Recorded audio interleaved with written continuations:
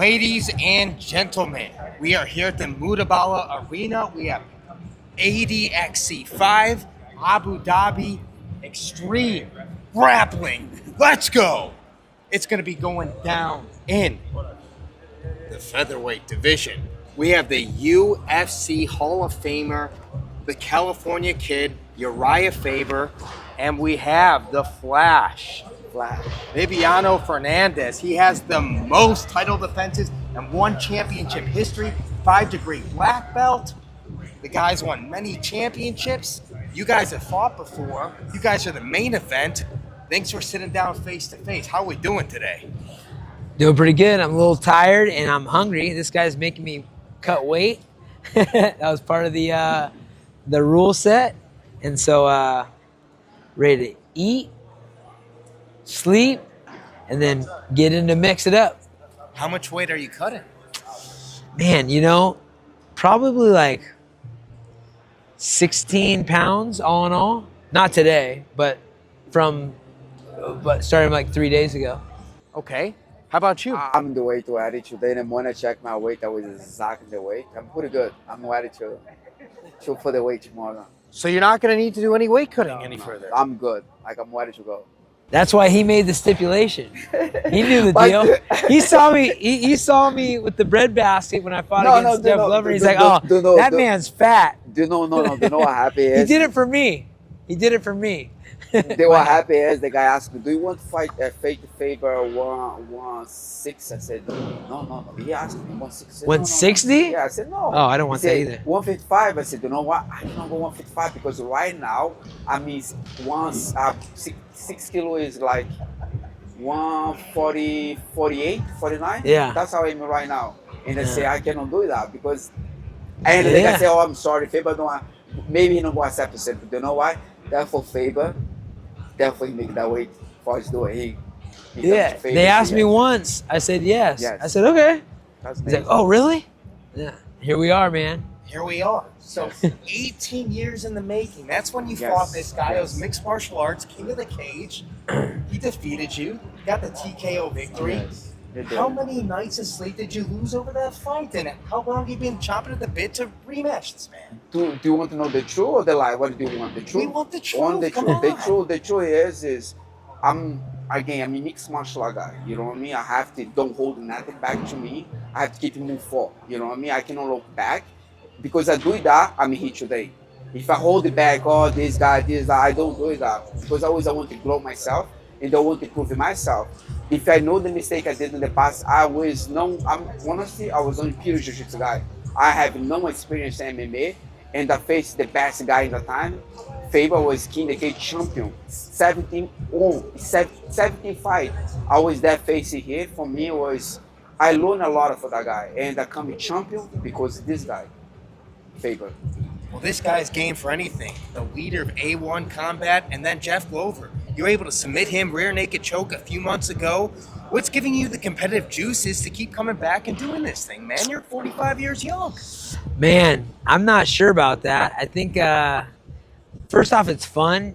Anybody that knows me knows I like to have fun. I like to challenge myself. I've got 2 babies now that are wondering why people always stop me and want to take pictures with me, and how come that person knows who you are, and they're trying to figure it out. And so for me, this is a time for them to be cognizant and watch their dad do his thing. You know, they're going to be able to, you know, understand what's going on and understand the hard work that goes into it. And so that's the main thing. And then I love to challenge myself. I mean, I love to compete. I feel like, you know, when Bibiano stepped into my world at the time, straight out of a world championship in jiu-jitsu, that was a man that believed in himself, that believes he could do anything. And that's how I am about everything. You know, we're very similar like that. And at this point, it's been 20 years since I started jiu-jitsu. So MMA was my game, but jiu-jitsu is our game. Yeah. And so I'm going against a world champion, and that gets me excited. It's kind of like full circle here. Full because circle. obviously you have the big MMA, but this guy, jiu-jitsu's his game, his world too. Yeah, but that's what I'm saying. It's my game too now. We're going to find out. Yes. It's going to be in a cage, obviously. It's going to be a great pace and everything like that. Why do you believe you're going to be the one having your hand raised Friday evening over this man? You know, cage, fight the cages for me is interest. I was a train the cage, right? For me, I like training the cage, but I fight to win. Doesn't matter his favor, doesn't matter who be there. I always see I can defeat anybody, anyone, everybody I fight. I give the hard fight. I'm a hard fight for anybody out there. For this, I believe myself 100%. I believe myself. But not important. I believe myself. I have the skills to compete with anybody else. That's I believe. You know what I mean?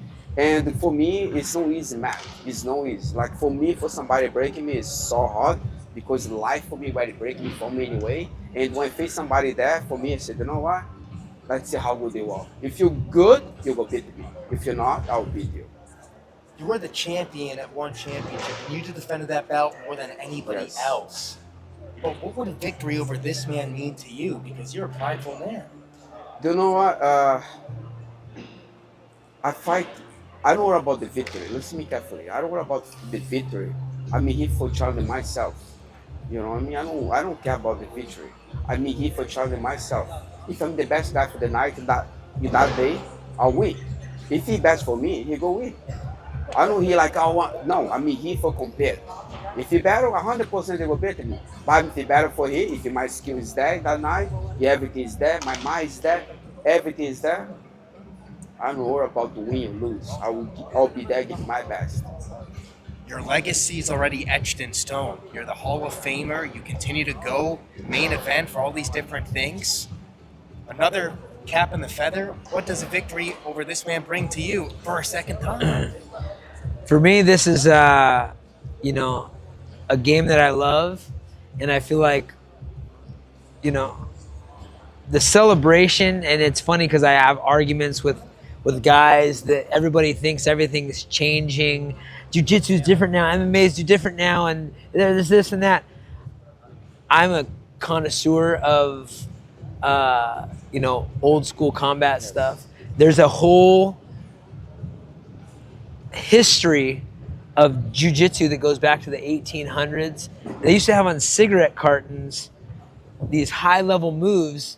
You'd have to get a whole set on the cigarette cartons in the early 1800s. My buddy has a whole set of them. And it doesn't matter about the day and age. A guy like this is a champion. You put him in the Stone Age, you put him in the future. It's the mentality, the heart, the tenacity. That's what I am. And I love the game of jiu-jitsu. For me, the game of jiu-jitsu is human chess, and I feel like I'm really good at it. And I feel like I'm under-celebrated on it. And, you know, he's gained a lot of ground in the MMA space. I've gained a lot of ground in the MMA space since we fought. We've both gotten better at jiu-jitsu, but the mindset, that's what I'm excited for. I'm going against another champion, someone that wasn't scared of me 18 years ago, is not scared of me now, believes he's going to beat me, and I believe I'm going to beat him. What's better than that? Nothing. Pure respect. 100%. Because that's the mixed martial art. The mixed martial art is old way. The old way the samurai, what they do, he go combat. But they will kill you, and they go kill me, but we still respect you. That's the old way. That's the samurai way. That's the samurai mentality. That's where jiu-jitsu coming from. That's the way I believe until today. For this one I compete is Zemai. What do you think's the single largest thing that he presents as a challenge for you Friday evening? Faber is very good wrestling. He's have good wrestling. He have good guillotine. That's when I watch Faber. His scramble is pretty good too. I like his scramble. He have that. I really like it. The scramble he have, the guillotine he have it, and it's pretty good wrestling. But now he do jiu-jitsu too. That's gonna be very interesting. So Faber, feel that. Do you already have a set of confidence going into this, knowing that you have a victory over him in mixed martial arts, or does that change anything whatsoever for you? I can barely remember yesterday versus, let alone 18 years ago. No, same person, different rule set. I don't have any, you know, feel like I have any advantage from 18 years ago, but I will say that, you know, I'm excited to play a game against another high-level guy. It's not an everyday opportunity to go against a world champion who's your same age, who is as decorated as you are and believes he's going to win. You know, you can have one or two of those things here and there that are similar, but to have, you know, a very similar opponent that, you know, is going to enjoy this process and try to win, that's exciting for me. We'll get you out of here on this. Final prediction out of you and how you're going to be victorious against this man Friday. I'll tell one thing, we the best. We the best man. That's all I'll tell right now. Yeah. Best man win. Best man win. You know, I was thinking choke, but this guy has no neck. No neck. And I trust me, I train a lot of that choke kid. I already train for a lot of heat choke kids. He's ready. He thinks he's ready. I train a lot. That's the key, eh? Smoke and mirrors. Yeah. You know what I mean? Uh-huh. He's protecting the neck. Watch out for the ankle. You know what I'm saying? Yeah, you say that. Yeah, you say maybe you can go footlock me. I hear that. We will see. Time will tell. Got to be ready for all the limbs here. Everything, 100%. In jiu-jitsu world, you have to be ready for everything. Anything can happen, any second, and everything can be there. Especially if you have a many ability. You know what I mean? If you can do many things, that can be more dangerous. You know what I mean?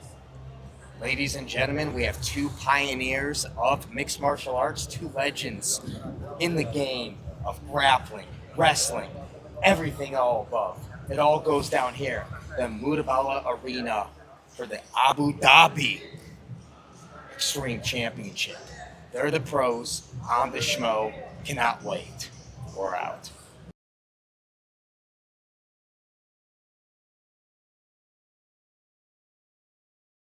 Boys and girls, children of all ages, Abu Dhabi Extreme Championship 5.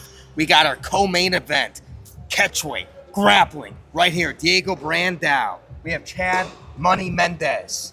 Gentlemen, how we doing today? We're doing good. We're doing good. How are you doing? The Schmo can't complain. Little jet lagged here? A little bit. I'm tired. Yeah. We got in late last night. I'm ready to sleep.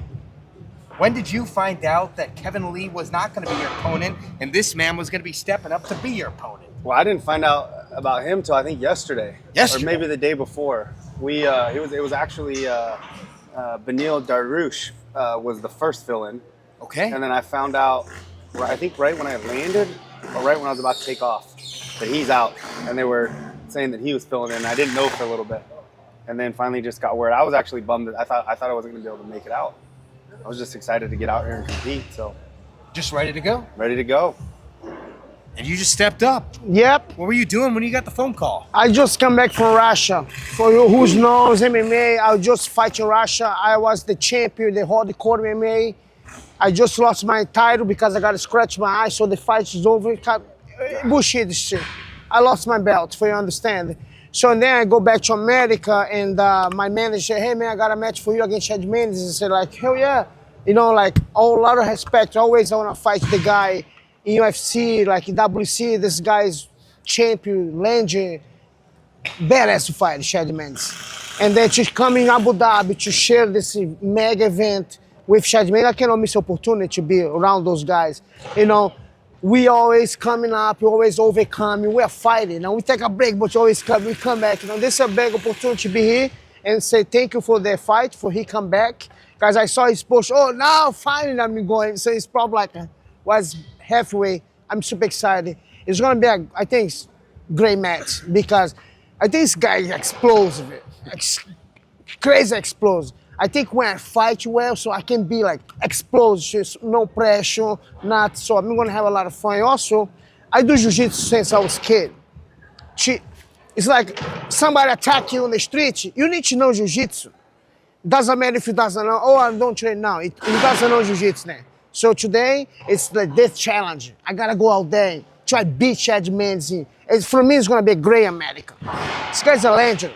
I think this guy here, Diego Brandão is here. I want to be match those guys. I got to fight those guys. I got to beat those guys. This is the opportunity. Thank you so much for the opportunity. The Schmo was a witness. You just competed in BKFC. You had a couple matches there. You're big into the hunting. You have that wrestling background. But what's motivating you to get right here into this grappling event and to continue to push yourself and challenge yourself and to do big things? Yeah, a couple things. Honestly, I mean, I've said it in some of the interviews earlier that I just was craving this grappling. I started wrestling at the age of 5. Every single year, all the way up through college. Graduated, jumped into pro fighting immediately the next day. I trained for 3 months and then jumped right into pro fighting. So the grappling background, that wrestling, I've kind of stepped away from it for the last 3 years, doing all the bare knuckle stuff. I'll still train it from time to time, but I haven't competed or done anything like that because I've been so focused on the bare knuckle stuff. So I don't know, man. I was just excited to get back on the mat. That's my home. That's what I feel the most comfortable there. I don't have to worry about getting punched in the face. You know, and for me, it's just something that it's a great workout. It's a great way to stay fit. I don't want the dad bod. I got 2 little kids now. Try not to get the dad bod. It's a great way to stay in shape. But man, I'm still itching to compete. I love competing. I've been doing it since I was a little kid. You know, I'll step away from it. I keep saying I'm retiring from all martial arts, and I just keep finding myself just getting put back into it. And it's something that I think that I need to just embrace that. I need to quit trying to run from it. And the only reason why I don't want to say I'm running from it, but obviously UFC pay, we all know what's going on there. It was one of the main reasons why I left that. Bare knuckle boxing obviously pays a ton, and that's awesome, but it's bare knuckle boxing, getting punched in the face and split open with jabs and stuff. So, man, I'm trying to create this longevity of life, to be a good dad for my girls, be there for them when they're older, you know, be a good husband, but still compete and have fun. And this is that ticket, I think. Being able to grapple and go against guys like Diego, who've been in the UFC and have competed at the top level. You know, it's a challenge, forces me to work out, stay in shape, and get out there and try to beat a guy like that is tough. So. Well, the Schmo can sense that both you two gentlemen are extremely competitive. You both have fought the who's who in mixed martial arts, competing in the UFC. But why are you going to be the one that has your hand raised Friday evening inside this arena? I don't want to lose. So, yeah, well, I'm going to bring a show. I'm going to try to win. Of course, you know, today this guy asked a question, like, why are you guys not excited? Because you're a young fighter. You're too excited. Tomorrow we know how to switch. Today is a party day, it's a celebration, talking. Kids out there watch us right now. You cannot be too asshole, you know. But I'm sure when I was my 22 years old, I was like the guy. Wow, you know. So come down, brother. Tomorrow I give a show for you. Don't worry about today. We just travel. We shake hands. We big fan chat. I'm big fan of this guy. California, those guys. Like I said, I see those guys fight WC. I want to be in WC. I was Cowboy Donald Cerrone, like training with Donald Cerrone. I see those guys WC, like I'm saying, oh my God. Oh my, now be here. God, thank you for this opportunity. Because, like, brother, you are a legend. You cannot go away. You got to come back. You got to come back. You're the next champion BKFC, my friend. Yeah. You got to come back. We try to stop it, but always the energy, the God the one I was fighting, because we are warrior. We born into this.